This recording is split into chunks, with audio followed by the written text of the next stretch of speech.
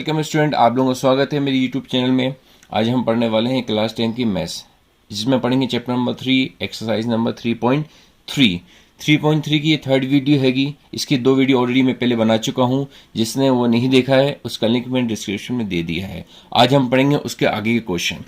अब जो next question है वो क्या दिया गया है, the coach of a cricket team boys 7 bats and 6 ball is ₹3800। यानी एक क्रिकेट टीम है, इसने 7 बैट्स एंड 6 बॉल खरीदे। कितने खरीदे? 3800 के। लेटर यानी बाद में 3 बैट्स एंड 5 बॉल्स खरीदे। कितने खरीदे? 1750 के।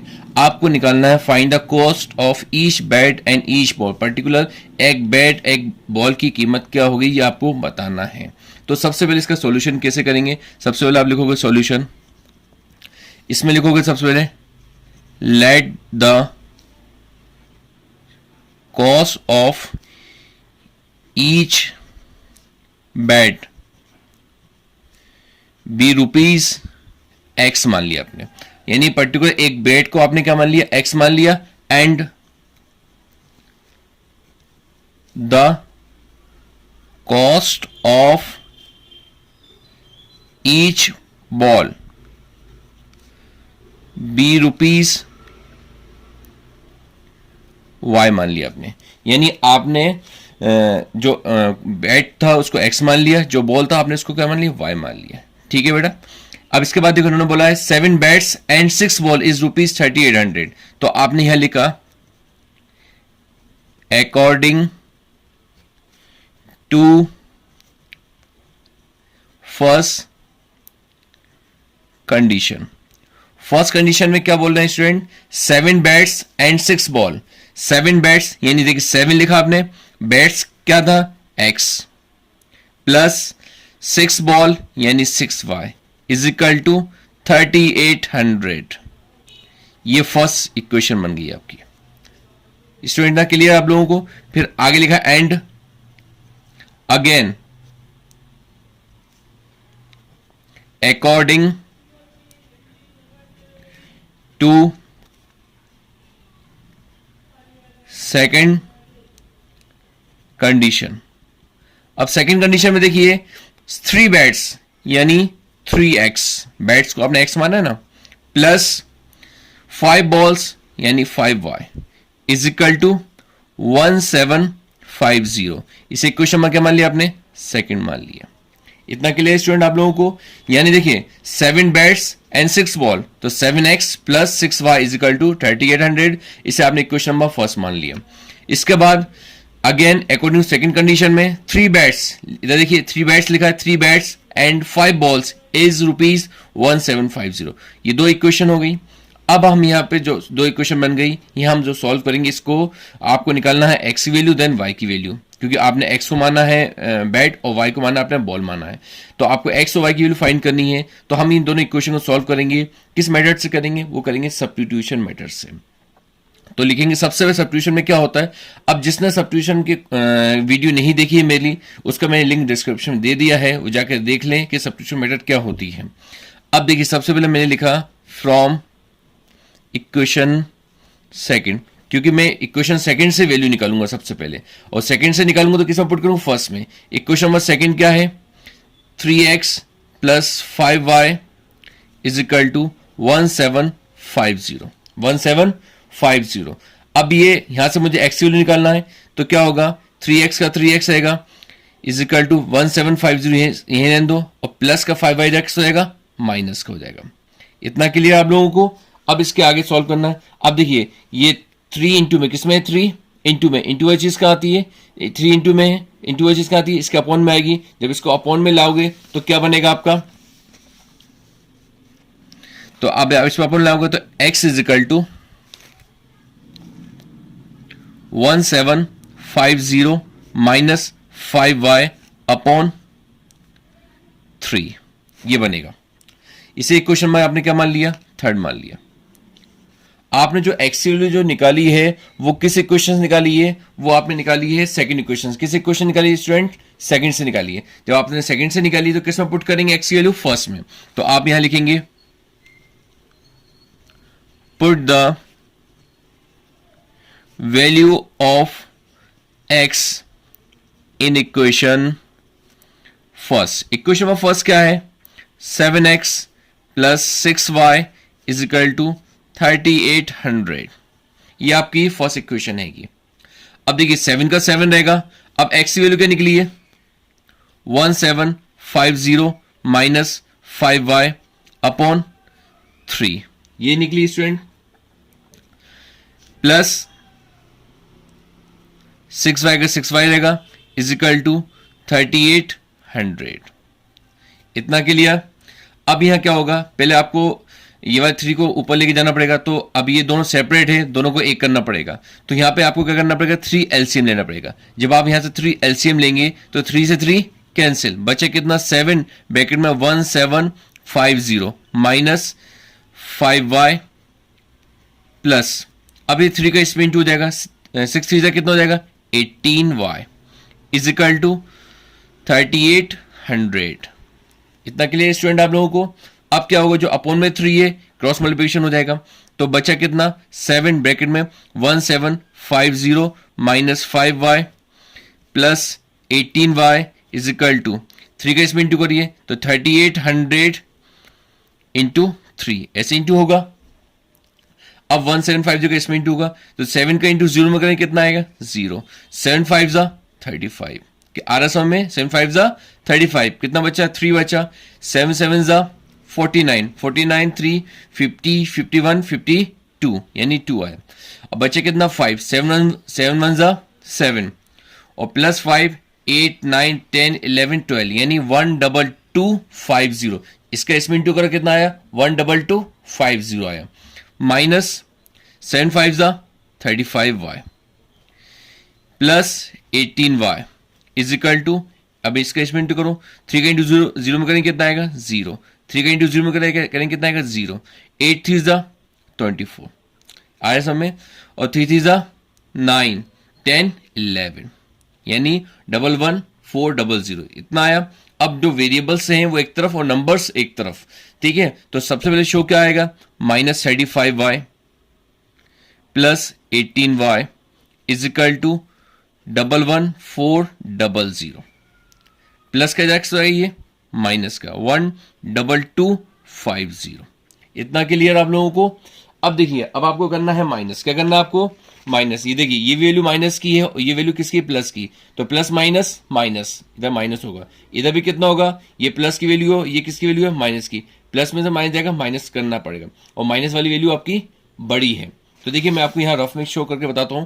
देखिए 35 में से 18 जाएगा, 35 में से जो 18 जाएगा कितना बचेगा बताइए स्टूडेंट आप लोग, माइनस करेंगे 35y में से 18y को तो बचेगा कितना माइनस का 17y। क्लियर इतना। अब इसमें से इसको माइनस करेंगे तो इतना आपको बचेगा माइनस 850, माइनस से माइनस कैंसिल।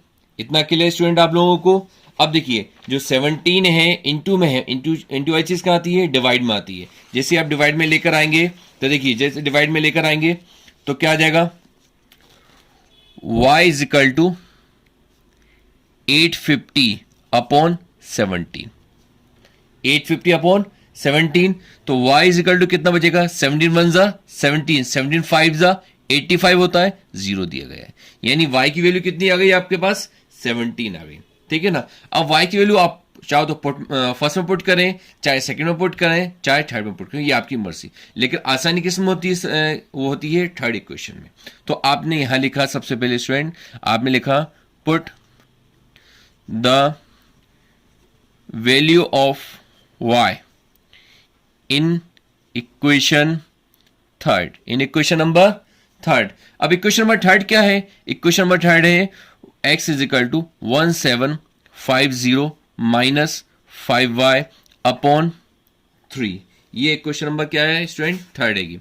अब देखिए x का x रहेगा, इसमें कोई चेंज नहीं आएगा, 1750 रहेगा, माइनस 5 का 5 रहेगा, y की वैल्यू कितनी है आपके पास 50 निकली है तो यहां 50 आ गया, अपॉन 3 का 3 रहेगा, x का x रहेगा 1750 का 1750 रहेगा, इसमें कोई चेंज नहीं आएगा।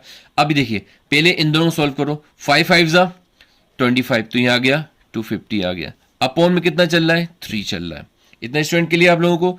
अब आप यहां से माइनस करेंगे तो 1750 में 250 माइनस करेंगे, कितना बचेगा स्टूडेंट? 1500 अपॉन 3। अब अगर आप इससे इसको डिवाइड देंगे तो 3 5 जा 15 यानी 500 आ गया। अब देखिए एक्स आपने क्या माना था? एक्स आपने माना था बैट और वाई माना था आपने बॉल। तो आखिर में क्या लिखोगे एंड में? एंड में आप लोग लिखो hence the cost of each bat is rupees 500 and cost of each ball is rupees 50। Student समझ में आया आप लोगों को ये क्वेश्चंस जो मैंने आप लोगों को अभी समझाया? कि देखिए आपने जो बॉल को माना था एक्स माना था, जो बैट को जो माना था आपने एक्स माना था, जो बॉल को माना था आपने वाई माना था। तो बॉल की जो रेट निकला रुपीस निकली 500, बैट की कितनी निकली है 500 निकली है, और जो बॉल की निकली कितनी निकली 50। आया समय? बॉल जो कि बैट आपने माना था एक्स और बॉल आपने माना था वाई, तो बैट की जो रुपीज आई है वो कितनी आई है 500, जो बॉल की आई है कितनी आई है 50। अब ये वाला क्वेश्चन कंप्लीट हो गया। अब हम करेंगे इसका नेक्स्ट क्वेश्चन। देखिए नेक्स्ट क्वेश्चन क्या दिया गया है? A fraction becomes 9 upon 11 if 2 is added to both the numerator and denominator, full stop. If the 3 is added to the both the numerator and denominator it becomes 5.6, find the fraction। Fraction हमेशा किस में होता है? Upon में होता है। Question बोला गया है यदि 2 को ऐड किया जाए किसमें? न्यूमरेटर एंड डिनोमिनेटर में, इजिकल टू में कितना मिलेगा आपको? 9 अपॉन 11। ये फर्स्ट कंडीशन हो गई। उसके बाद में बोला 3 is added to both numerator and denominator, यानी न्यूमरेटर में भी आपको 3 ऐड करना है और डिनोमिनेटर में क्या ऐड करना है? आपको 3 ऐड करना है। बिकम्स इजिकल टू यानी 5.6 आपको निकालना है फ्रैक्शन। अब यहाँ पे आपको दो वैल्यूज मानना पड़ेगी, एक न्यूमरेटर के रिस्पेक्ट मानना पड़ेगी, एक आपको डिनोमिनेटर के रिस्पेक्ट मानना पड़ेगी। तो सबसे पहले देखिए सॉल्यूशन कैसा होगा बेटा इसका स्टूडेंट? सबसे पहले आपने लिखा सॉल्यूशन। आप इसमें लिखा आपने let the numerator be x, numerator be x, numerator को आपने क्या मान लिया? एक्स मान लिया, एंड डिनोमिनेटर बी वाई। आपने डिनोमिनेटर को क्या मान लिया? वाई मान लिया। Let the numerator be x and denominator be y. आपको किसमें निकालना है? फ्रैक्शन में। तो नेक्स्ट लाइन में आप लिखा देन फ्रैक्शन, फ्रैक्शन किसमें बन जाएगा? एक्स अपॉन वाई, यानी कंडीशन क्या होगी अब आपकी? एक्स अपॉन वाई में होगी। तो सबसे पहले आपने लिखा इसमें दो कंडीशन है। आपने लिखा सबसे पहले अकॉर्डिंग टू फर्स्ट कंडीशन है, फर्स्ट कंडीशन है। फर्स्ट कंडीशन क्या हो जाएगी बेटा? एक्स और वाई तो आना ही है। अब इन्होंने बोला 2 इज एडेड, यानी both numerator and denominator, x plus 2 upon में y plus 2 is equal to कितना बोला है? 9 अपॉन 11। इतना क्लियर? एक्स तो वाई तो दिया गया है, मतलब फ्रैक्शन माना है आपने, और क्वेश्चन बोला है 2 is added numerator and denominator becomes 9 upon 11। अब इसका क्रॉस मल्टीप्लिकेशन करिए तो इस 11 का इन दोनों में इंटू होगा और 9 का इन दोनों में इंटू होगा। तो 11 का इंटू एक्स में क्या आएगा? 11x प्लस 11 2 जा 22 इज इक्वल टू 9 के इसमें इंटू करो 9y प्लस 9 2 जा 18। इतना क्लियर? अब वेरिएबल्स एक तरफ और नंबर्स एक तरफ, तो कितना बनेगा स्टूडेंट? 11x, ये प्लस के इधर एक्स हो जाएगा माइनस का 9y इज इक्वल टू 18 पहले लिखिए, प्लस का 22 इधर एक्स हो जाएगा माइनस का 22। अब यहां से होगा 11x minus 9y is equal to 18 में 22 जाए कितना बचेगा? माइनस का 4। ठीक है ना? अब ये दोनों माइनस इसलिए नहीं हुआ कि ये एक्स के रिस्पेक्ट में और ये वाई के रिस्पेक्ट में, इसे क्वेश्चन में क्या मान लिया आपने? फर्स्ट मान लिया। अब देखिए आगे इन्होंने बोला if 3 is added both the numerator and denominator. अब यहां इसके आगे क्या करना है आपको कि 3 इज ऐड करना है किसके अंदर? न्यूमरेटर में एंड डिनोमिनेटर में। तो इसके बाद आप क्या लिखोगे? आपने लिखा again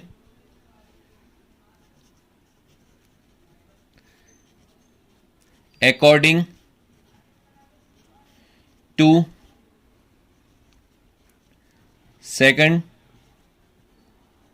condition, according to second condition. Second condition में क्या बोला, 3 इज एडेड, यानी x plus 3 upon y plus 3, clear, is equal to.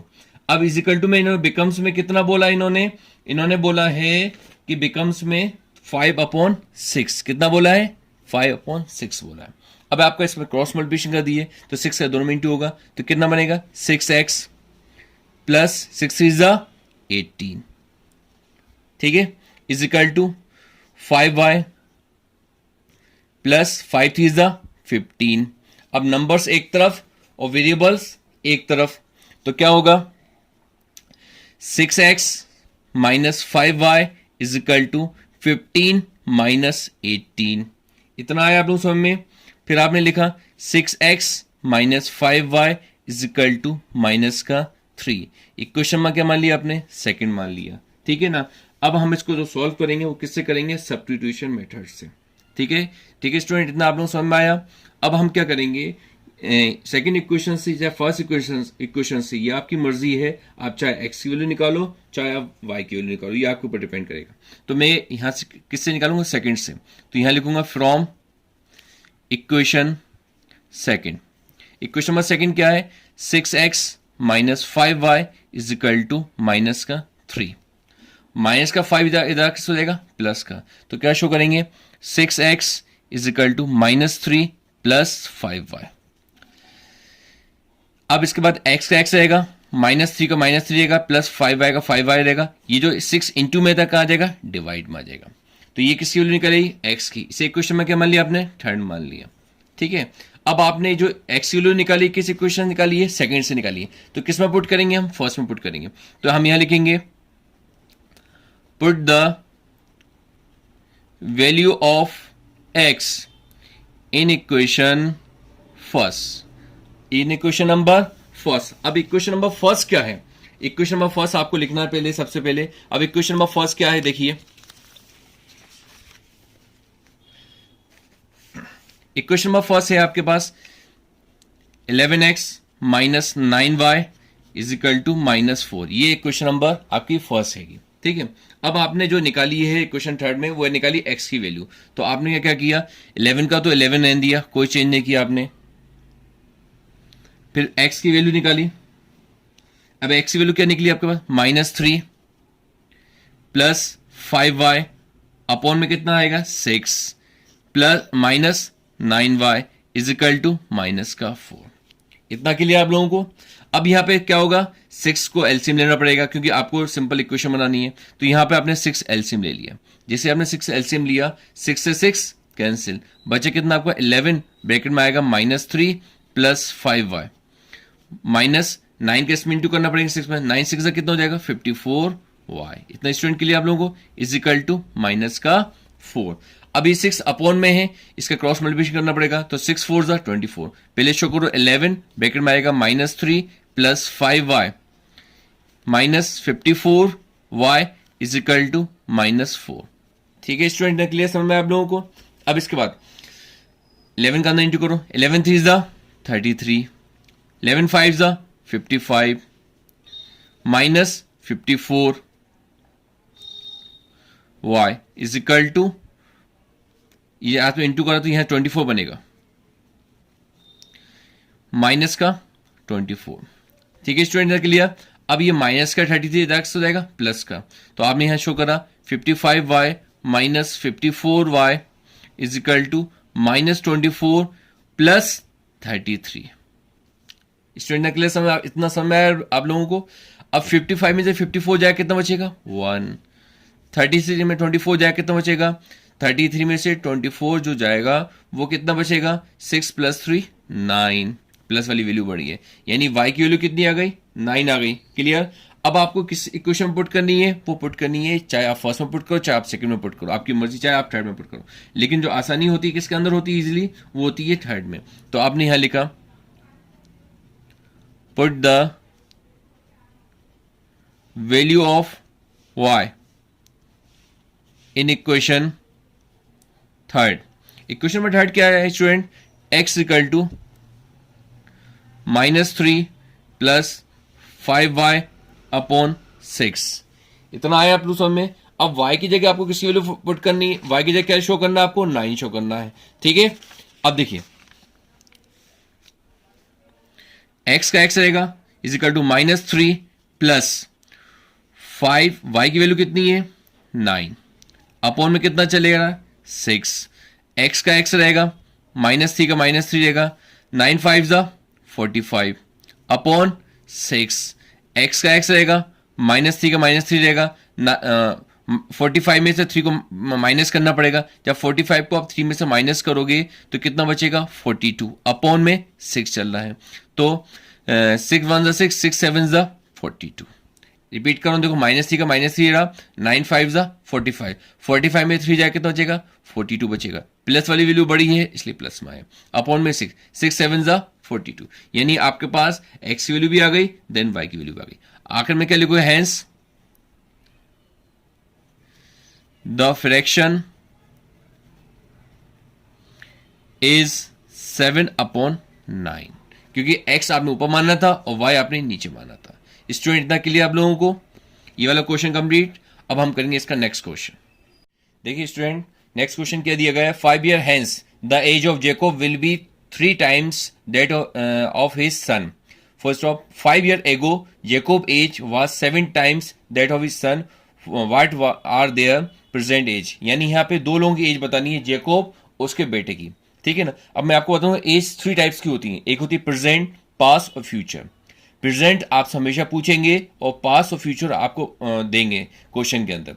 अब पास में जो होता है वो हमेशा माइनस में शो होता है और फ्यूचर में जो होता है शो हमेशा प्रेजेंट में होता है। इसके अंदर दो कंडीशन होती हैं, एक कंडीशन वो परफेक्ट बताते हैं कि कौन सी, जिससे आपको समझ में आ जाएगा कि ये पास है या फ्यूचर है। पास जो हो जाएगा वो माइनस में जाएगा और जो प्रेजेंट होगा वो हमेशा पूछेंगे और फ्यूचर जो हमेशा होगा वो किस में होगा, प्लस में होगा, ठीक है ना। अब देखिए इसमें दिया 5 year hence, इससे हमको समझ में नहीं आया 5 year hence का मतलब क्या हुआ, लेकिन आगे उन्होंने दे दिया दूसरी कंडीशन में 5 year ago। एगो का मतलब क्या होता है, पुरानी बात, यानी हम माइनस करेंगे, जब हम यहाँ माइनस करेंगे तो यहाँ हमको प्लस करना पड़ेगा। ऐसे आपको समझना है क्वेश्चन के अंदर, अगर एक कंडीशन में माइनस बोला है तो दूसरी कंडीशन हमेशा प्लस की होगी। अगर यहाँ पे बात होती कि आफ्टर मतलब फ्यूचर की, तो यहाँ बात होती माइनस की।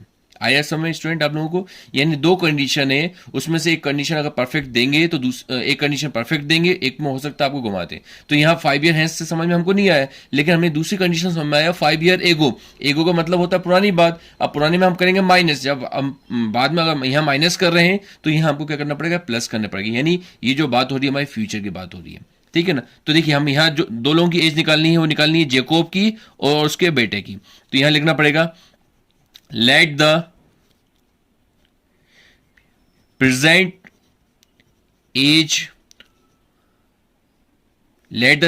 age of Jacob be x year। यानी हमने जेकोब को क्या मान लिया, x मान लिया, जेकोब को हमने क्या मान लिया, x मान लिया। And present age of Jacob son be y year. यानी हमने जेकोब को माना एक्स ईयर और उसके बेटे को माना अपने वाई ईयर।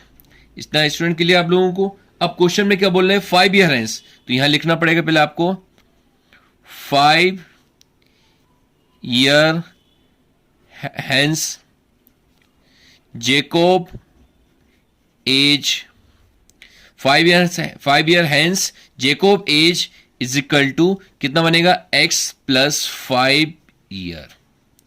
समझ में आया, जेकोब को आपने माना था x और 5 साल आगे वाली बात हो रही है तो क्या आएगा, प्लस आ गया।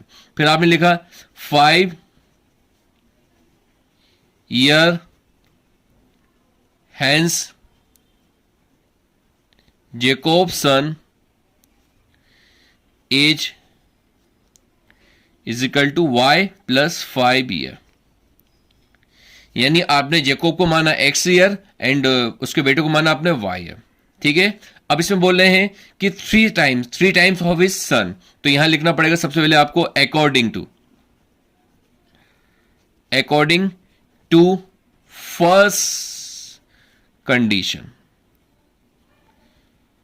फर्स्ट कंडीशन में पहले आएगा जेकोब, उसका जेकोब जो बड़ा है वो 3 टाइम्स बड़ा है किससे, उसके बेटे से, तो इसलिए 3 यहां पे आएगा। अब इसके बाद x प्लस 5 का x प्लस 5 रहेगा, इसमें कोई चेंज नहीं आएगा, इज इक्वल टू 3 का अंदर इंटू करो 3y, 3 5 जा 15। अब इसको अरेंज कर लो, नंबर्स एक तरफ और वेरिएबल्स एक तरफ, तो x minus 3y is equal to 15 minus 5। इतना आया समझ में, x minus 3y is equal to 10। इसे इक्वेशन में क्या मान लिया आपने, फर्स्ट मान लिया। इतना क्लियर आप लोगों को स्टूडेंट कि आपकी जो फर्स्ट इक्वेशन निकली है वो क्या निकली है, x minus 3y is equal to 10। अब आगे इन्होंने बोला है 5 ईयर एगो, यानी अभी बात हो रही है पुरानी, 5 year ago Jacob age was 7 times of his son, ठीक है, what there the present age. अब हम बात करेंगे 5 ईयर एगो की बात करेंगे, तो नेक्स्ट टाइम लिखना पड़ेगा आपको क्या, 5 year ago Jacob age is equal to x minus 5। यहां आगे क्या लिखना पड़ेगा, ईयर। अब माइनस क्यों आया, कि एगो की बात होती है, पुरानी बात होती है ना, तो माइनस शो होता है, और आने वाली बात होती है तो प्लस शो होता है। अब नेक्स्ट टाइम लिखना पड़ेगा 5 year ago Jacob's son age y minus 5 year. Student ना क्लियर आप लोगों को, जेकोब को आपने x माना था, उसके बेटे को आपने क्या माना, y माना था। फिर नेक्स्ट टाइम लिखना पड़ेगा again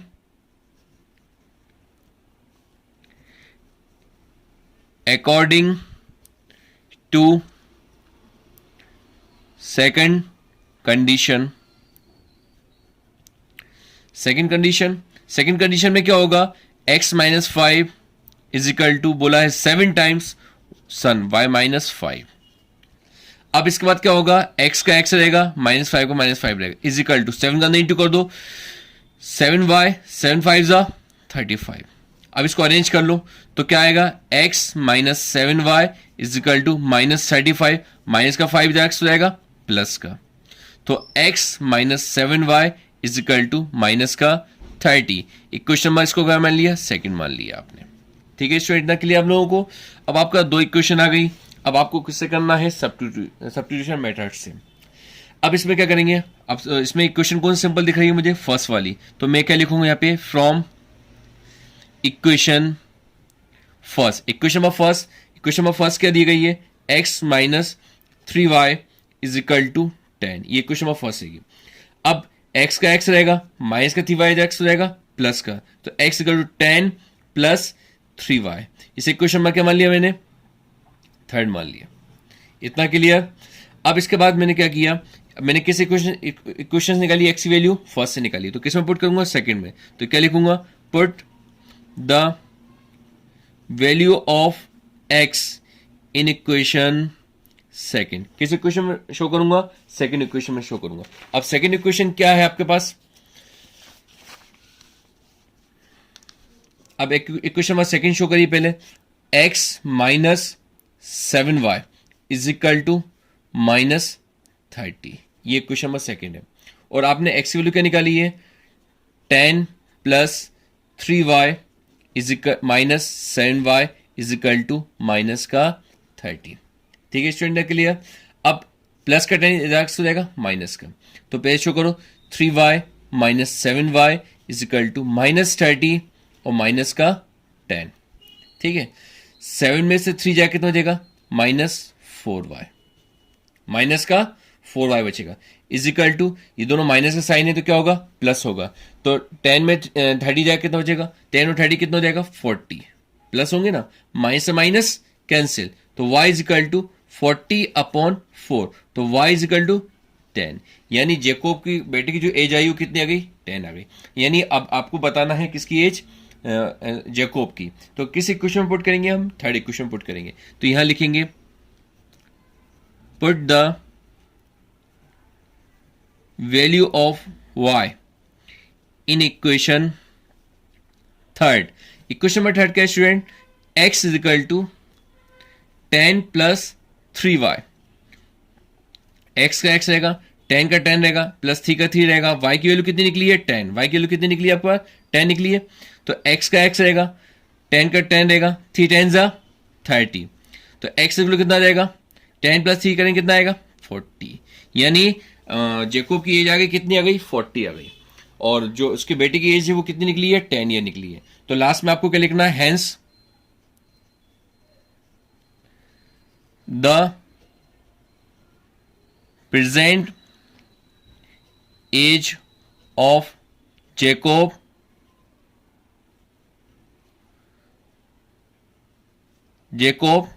is 40 years and son is 10 years. Hence the present age of Jacob is 40 years and son is 10 years. Student, आप लोग इतना समझ में आया? इसमें कोई भी डाउट हो आप लोग कमेंट्स में मुझसे पूछ सकते हैं कि सर हमें इसी समझ में नहीं आई, तो मैं और कोशिश करूंगा और अच्छे तरीके से आपको समझाने की। और स्टूडेंट, आप लोगों से रिक्वेस्ट है कि आप इस चैनल्स को लाइक, शेयर एंड सब्सक्राइब करें। अब हम मिलेंगे नेक्स्ट वीडियो में नए टॉपिक के साथ। Thank you.